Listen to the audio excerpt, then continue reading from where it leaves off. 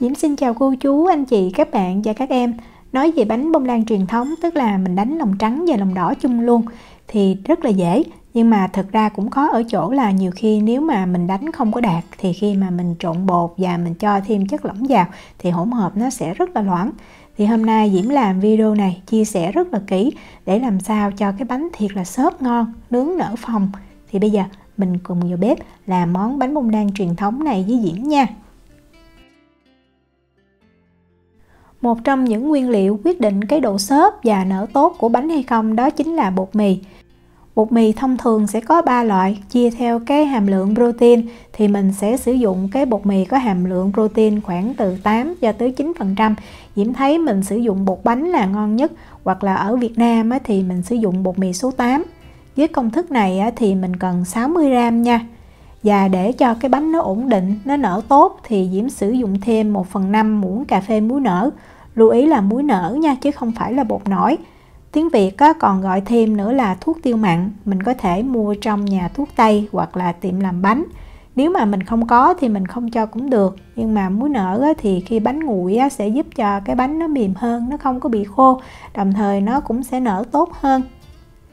Ngày xưa thì thường mình nướng không có lò, mình sẽ sử dụng những cái khuôn bằng gang hoặc là cái khuôn bằng đất. Thì Diễm thấy sử dụng khuôn bằng gang nướng cái bánh nó rất là thơm. Ở đây Diễm có cái khuôn bằng gang này nè, để Diễm đổ bánh khọt. Thì Diễm mua ở trong cái tiệm già nha của Na Uy. Nếu mà mình không có thì mình sử dụng cái khuôn cupcake bình thường thôi. Nhưng mà khi mà mình nướng thì mình sẽ lưu ý về cái thời gian. Tại vì cái khuôn gang này thì mình nướng nó sẽ lâu hơn do nó dẫn nhiệt chậm. Khuôn gang này nó không có chất chống dính, vì vậy Diễm sẽ thoa dầu. Còn nếu mà mình sử dụng khuôn cupcake có chất chống dính thì không cần thoa dầu cũng được. Trứng gà để sử dụng làm bánh thì thường mình hay nghe là trứng gà ở nhiệt độ phòng hay là trứng gà ở trong tủ lạnh.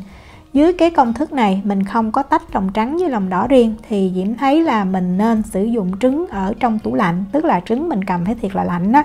Để tí xíu nữa Diễm sẽ quay cái trứng ở nhiệt độ phòng và trứng trong tủ lạnh cho mình xem cái độ nở khi mà mình đánh bông á. Mình sẽ cần 2 cái trứng gà nha, lấy luôn lòng đỏ và lòng trắng. Diễm cho thêm vào 1/8 muỗng cà phê muối. Một trong những nguyên liệu mình nên có nữa đó chính là nước cốt chanh. Mình cần một lượng rất là ít ha. Với công thức 2 trứng này thì mình cần 1/2 muỗng cà phê nước cốt chanh thôi, giúp cho cái bánh khi nướng nó sẽ thơm hơn, đồng thời nó cũng tăng thêm cái độ xốp. Mình đánh bánh thì Diễm sử dụng cái máy này, cái công suất của nó là 350W và mình sẽ để cái tốc độ cao nhất. Diễm sẽ để máy ở số 5 để Diễm đánh cho trứng nó bong. Bây giờ mình để cái tốc độ cao và mình sẽ đánh cho trứng, muối và chanh nó hòa đều với nhau. Thời gian thì khoảng từ 20 cho tới 30 giây. Mình phải đánh cho cái trứng này nó bong lên, nó hơi đặc tí xíu rồi mình mới bắt đầu mình cho đường. Tại vì nếu mà còn lõn quá thì Diễm thấy khi mà mình cho đường vào mình đánh cái hỗn hợp này nó rất là khó bong mịn được. Cái này là Diễm giữ nguyên cái thời gian mà Diễm đánh luôn đó. Khi mà mình thấy bắt đầu nó đặc như vậy nè, đó, thì lúc này mình mới lấy đường mình cho vào. Lượng đường sẽ là 60g. Mình nên dùng đường cát nhuyễn và mình chia ra làm khoảng 3 cho tới 4 lần. Mình cho vào từ từ. Cứ một lần mình cho, mình đánh khoảng 10 giây rồi mình tiếp tục mình cho tiếp cái lượng đường cho tới khi hết. Thì lượng đường Diễm có lưu ý là mình không có nên bớt. Tại vì nếu mà mình bớt thì sẽ làm giảm cái độ nở xốp của bánh nha. Nếu mà mình không ăn được ngọt nhiều thì mình cứ giảm, nhưng mà chắc chắn cái bánh nó sẽ không nở tốt bằng cái lượng đường đúng như cái công thức Diễm chia sẻ. Khi mà mình cho hết cái lượng đường cuối cùng thì lúc này mình sẽ đánh ở cái tốc độ cao thêm 5 phút nữa nha. Diễm có canh thời gian rất là chính xác. Tại vì khi mà mình không có tách cái lòng trắng ra mình đánh riêng mình cần đánh cho cái trứng nó thiệt là bong đặc kiểu mịn luôn á. Như vậy lúc mà mình cho chất lỏng và bột vào thì nó mới không có bị loãng cái hỗn hợp. Đó, mình nhìn kỹ ở đây, mình thấy sau 5 phút mình đánh bắt đầu nó tạo những cái vân rất là chắc và mịn luôn. Và trứng này Diễm sử dụng trứng lạnh, tức là trứng lấy ngay trong tủ lạnh ra và Diễm làm liền luôn. Mình thấy cái hỗn hợp nó rất là đặc và mịn. Diễm có chia sẻ công thức bánh hot dog á, bằng cách mình cũng đánh luôn lòng trắng với lòng đỏ như vậy, thì có rất là nhiều em đánh cái hỗn hợp á, khi mà cho chất lỏng vào nó bị loãng. Thì trong video này á, Diễm quay kỹ hơn.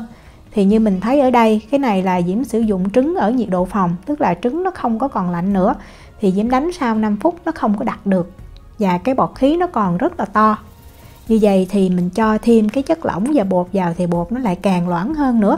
Vì vậy khi mà đánh nguyên trứng á, thì Diễm thấy mình nên sử dụng trứng lạnh. Mình đi làm nóng lò nướng trước, bật 2 lửa trên và dưới, không bật quạt, nhiệt độ là 180 độ C, 356 độ F. Sau đó mình mới quay lại và mình cho bột vào trong cái hỗn hợp trứng. Vì có sử dụng muối nở, vì vậy Diễm sẽ dùng rây á, Diễm rây cho đều. Còn nếu mà mình không sử dụng muối nở thì mình cho bột trực tiếp vào cũng được. Và với cái lượng bột này á, mình chia làm 4 phần nha.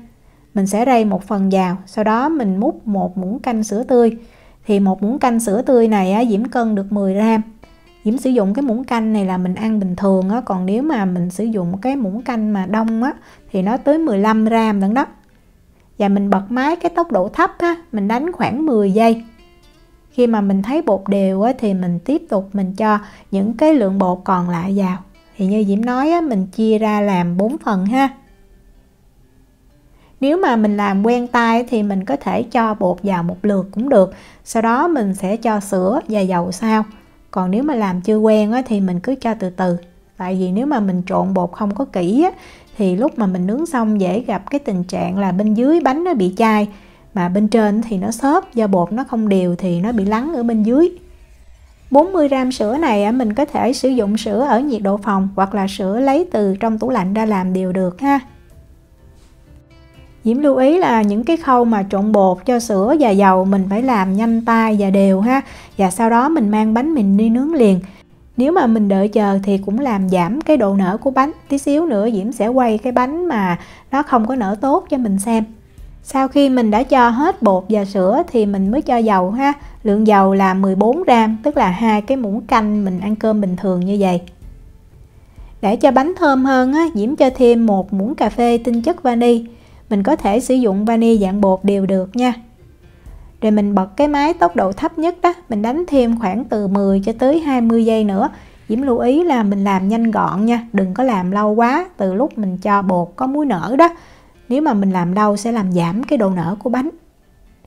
Diễm sẽ dùng cái cây phết bột nè, mình tém ở trên lại cho đều, rồi mình trộn thêm tí xíu nữa.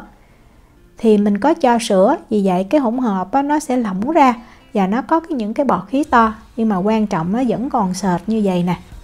Còn nếu mà lúc mà mình đánh trứng với đường mà nó không có đặc mịn á, thì lúc này nó sẽ rất là loãng và dễ làm cho bánh khi nướng xong nó bị chai. Bột đã đều thì mình mang mình đi chia bột và mình nướng liền luôn. Mỗi cái khuôn này á, thì nó khoảng 40 ml bột và mình làm được 12 cái. Nếu mà mình thích á, mình có thể cho thêm tinh chất lá dứa. Thì nếu mà cho tinh chất lá dứa đó thì sau khi mà mình đánh cái hỗn hợp trứng nó đạt thì mình sẽ cho tinh chất lá dứa vào luôn nha.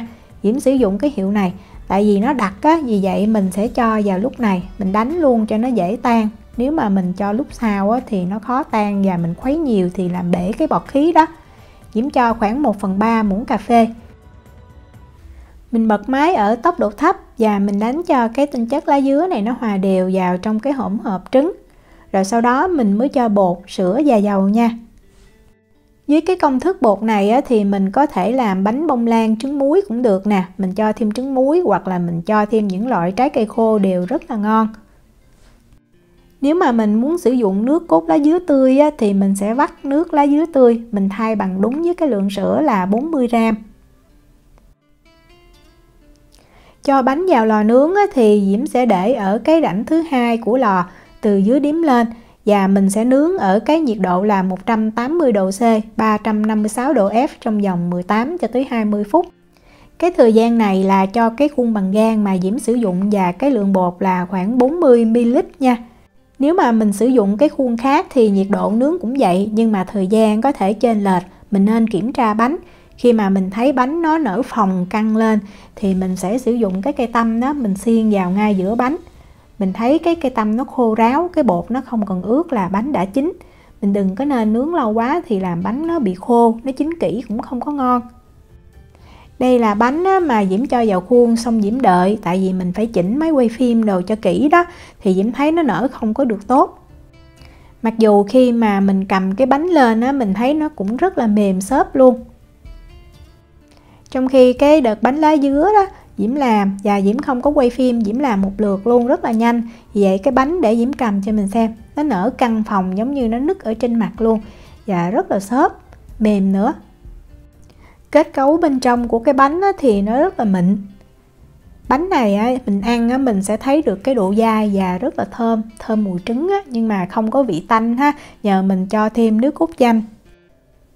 Bánh này Diễm thấy mình nướng xong mình ăn liền rất là ngon, còn mình để nguội tí xíu thì nó có cảm giác nó hơi khô. Nhưng mà mình nên cho vào trong túi ni lông hoặc là trong hộp đó, mình đậy, mình cột lại cho thiệt là kín. Mình để sang ngày hôm sau, bắt đầu bánh nó tươm dầu ra, nó mềm, nó xốp, Diễm thấy nó thơm và nó ngon hơn. Cái cốt bánh này mình cũng có thể sử dụng để làm bánh hot dog nha. Và lưu ý là mình sẽ sử dụng trứng gà lạnh để mình đánh, thì cái hỗn hợp trứng nó sẽ bong đặc rất là ngon. Nhà mình mà có cái lò than thì mình hãy thử nướng cái công thức này bằng cái lò than, rất là ngon luôn, thơm hơn là mình sử dụng lò nướng điện nhiều. Diễm chúc cô chú, anh chị, các bạn và các em thành công với lại món bánh bông lan truyền thống này. Nếu mà có thắc mắc gì thì cứ để lại lời nhắn hoặc là gửi tin nhắn cho Diễm. Diễm cảm ơn sự quan tâm theo dõi video rất là nhiều. Hẹn gặp lại trong những video tiếp theo. Chào tạm biệt.